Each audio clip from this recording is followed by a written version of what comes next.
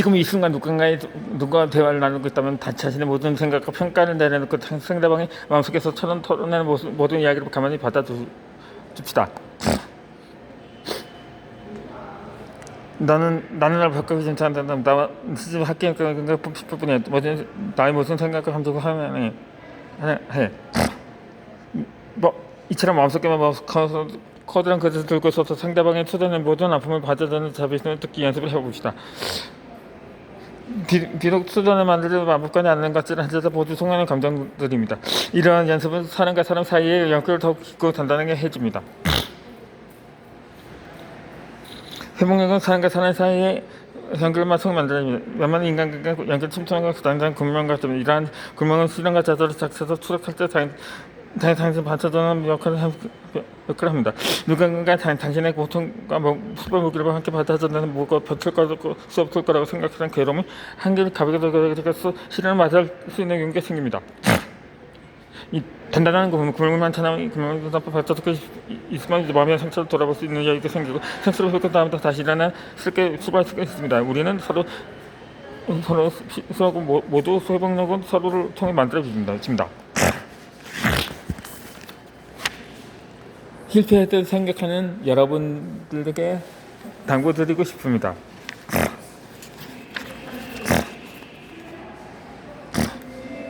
이 역관계 실현에는 의미가 있을까요? 이 유대인들의 강제성에서 살아남은 신상사인 빅터 프랭클린은 자극과 반응 사이에서 틈이 존재한다면 우리는 이 틈을 이용해서 어떤 자극이 어떻게 반응할지 스스로 선택할 수 있다. 그리고 우리가 선택한 반응이 꼭 성적과 사이를 결정한다고 말했습니다. 나는 사람들의 상처를 싫어해도 심리 상승에서 고통스러운 환경에서 시작되는 이야기에 만드는 편입니다. 특히 유대인 강조리 수용자에 있었던 유대인들이 그곳에서 어떻게 생존했고 수용소에서 나온 이후의 삶은 어땠는지 알아보기 위해 그들이 남긴 회고록을 여러 편 읽어보기도 했습니다. 신입시대인 에스더 페러는 자신의 부모님 두 분이 모두 유대인 강제 수용자 생존자라고 하신 적이 있습니다. 두 사람은 양쪽 집안의 유대인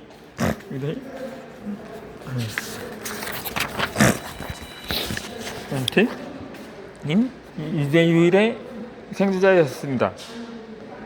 나는 그들이 어떻게 수용소에서 나올 수 있었고 두 사람의 귀감심이 페레르 성장 과정에 어떤 영향을 끼쳤는지 알아보기 위해 그동안 유튜브 자료들을 자세히 살펴보았습니다. 살아 돌아온 사람들입니다. 페레르의 부모님은 수용소에서 해방되는 서로를 만나게 되었다고 합니다. 그녀의 어머니는 엘리트였던 반면에 아버지는 교육을 받지 무명이었다고 합니다. 일반적인 상황에서 이렇게 서로 다른 두 사람이 결혼하는 경우가 거의 당시에는 많은 생존자들이 이런 식으로 결혼해서 아이를 낳고 살았습니다. 페레르는 수용소 생존자들이 모여 살던 마을에서 자랐습니다. 그녀는 마을에 두 부류의 사람이 있다는 걸 알았지만 어렸을 때는 그들이 정확히 어떤 사람들이었는지 이해하지 못했습니다.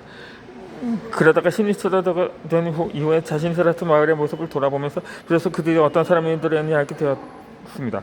첫 번째 부류의 사람들은 수용소에서 생존한 이후에 죽지 않은 사람들이고 두 번째 부류의 사람들은 생존 이후에 다시 돌아온 사람들이었습니다.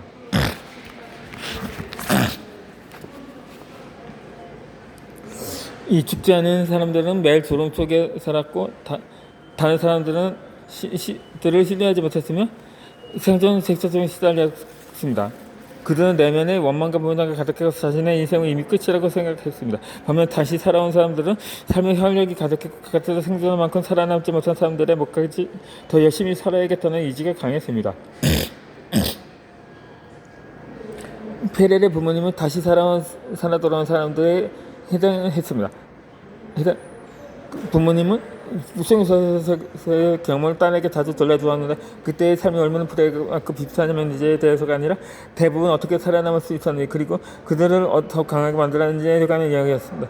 부모님은 수용소에 몇 년을 갇혀서 지내면서도 살아남겠다는 이 강한 의지를 잊지 않았고 언젠가 가족들을 다시 할 수 있을 거라고 굳게 믿었습니다.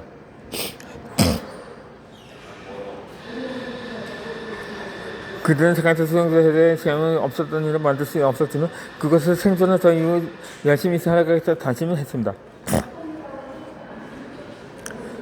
베렐의 부모님은 강제성에서 인생의 끔찍한 경험을 했지만 다시 살아올 수 다른 이유의 삶에 대해서 강한 의지와 회복력을 보여주었습니다. 이처럼 강세추행수라는 단어를 실패나 상실, 상처사절 중에 단어로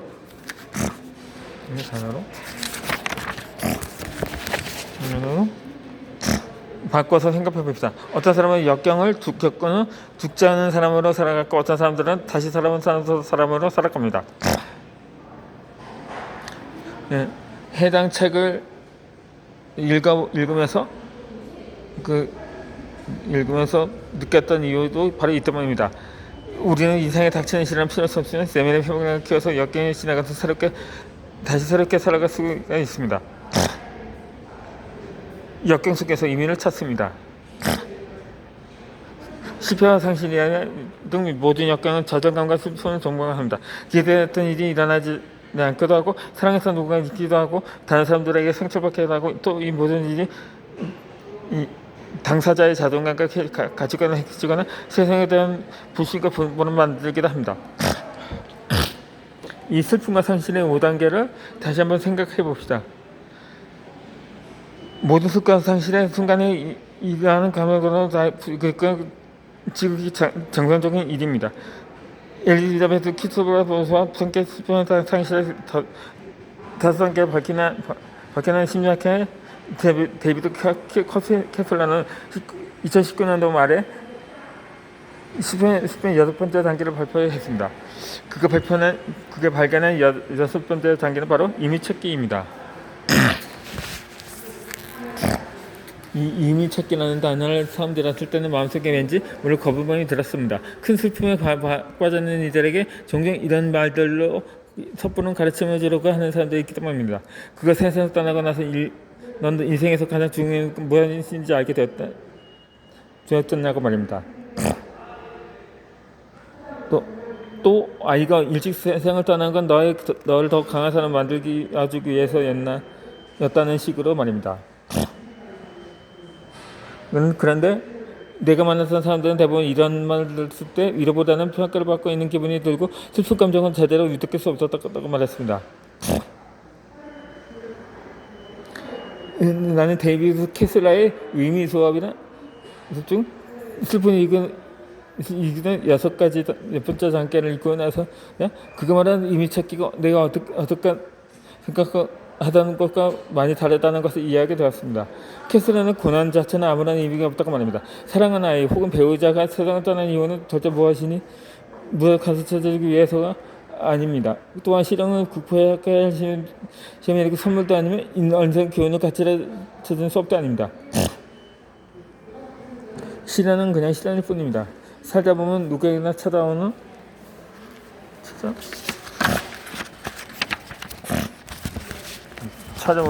수 있는 일이고 시련과 고난은 일생의 일부분이니까 마찬가지입니다. 캐슬러가 말하는 의미 찾기나 슬픔과 상실을 강한 이유는 앞으로 내 인생 어떤 마음으로 어떻게 살아갈 것인지에 선택하는 일입니다. 결국 의미 찾기는 빅터 프랭클린이 얘기한 대로 절대로 빠져갈 수 없는 인간의 자유와도 같은 것입니다. 캐슬러는 설령 의미를 찾는다고 해도 슬픔이 저절로 사라지는 것은 아니고 여전히 슬픔과 괴로움을 맞이해야 한다고 설명했습니다. 애통해야 하는 감정은 사랑의 연속성에 있는 것이고 사랑하기 때문에 슬프고 아픈 것입니다. 사람이 죽으면 생명 끝난 것이지만 당신과 그 사람 사이에 사랑까지 사라져버리는 것은 아닙니다. 우리가 사랑하는 사람과 몸을 통해 연결되기도 하지만 감정에서 연결을 통해 연결되기도 합니다. 그러므로 몸의 연결이 끊어질 때가 있어 감독의 연결은 그대로 남아 있습니다. 사랑하는 사람이 사라져 당연히 그 사람이 나눴던 사람까지 못 사라져버린 것은 아닙니다. 다만 이전과 다른 방식으로 존재할 뿐입니다. 슬픔의 의미를 찾는 것은 누군가를 떠나보내고 인생을 계속 살아가야 할 때 떠나가는 그 사람의 사랑은 어떻게 계속 이어나갈 수 있는지 생각해보는 것입니다. 이는 상실과 마찬가지로 슬픔과 역경도 살면서 누구나 겪는 일입니다. 이런 일을 겪을 때는 괴로움을 직접 마주하고 잃어버린 것들에 대해 마음껏 애통해야 합니다. 그런 다음에 실패와 역경에서 의미를 찾아봅니다. 과연 실패를 통해 무엇을 배울 수 있을까요? 어떻게 하면 매운 것들을 통해 앞으로 나갈 수 있을까요? 요. 내 인생에 나타나는 것입니다.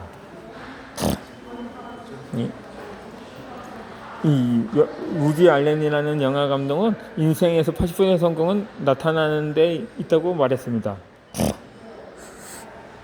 나는 처음에 이런 말이 과연 무슨 뜻인가 한참을 고민했습니다. 특히 나타나가 어떤 의미인지 잘 이해가 되지 않았던 거죠.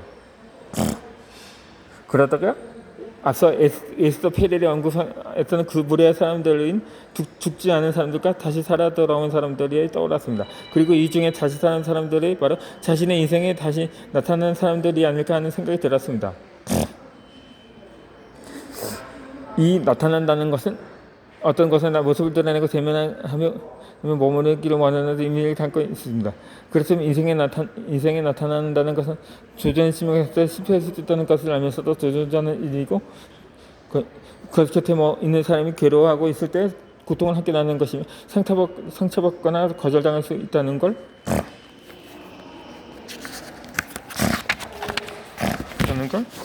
알면서도 누군가를 사랑하고 그 사랑을 고백하는 것입니다. 또한 다시 자신의 내면을 돌아보고 그 감정을 상처받는 그 떠나는 정보의 길을 걸는 것 같습니다. 것입니다.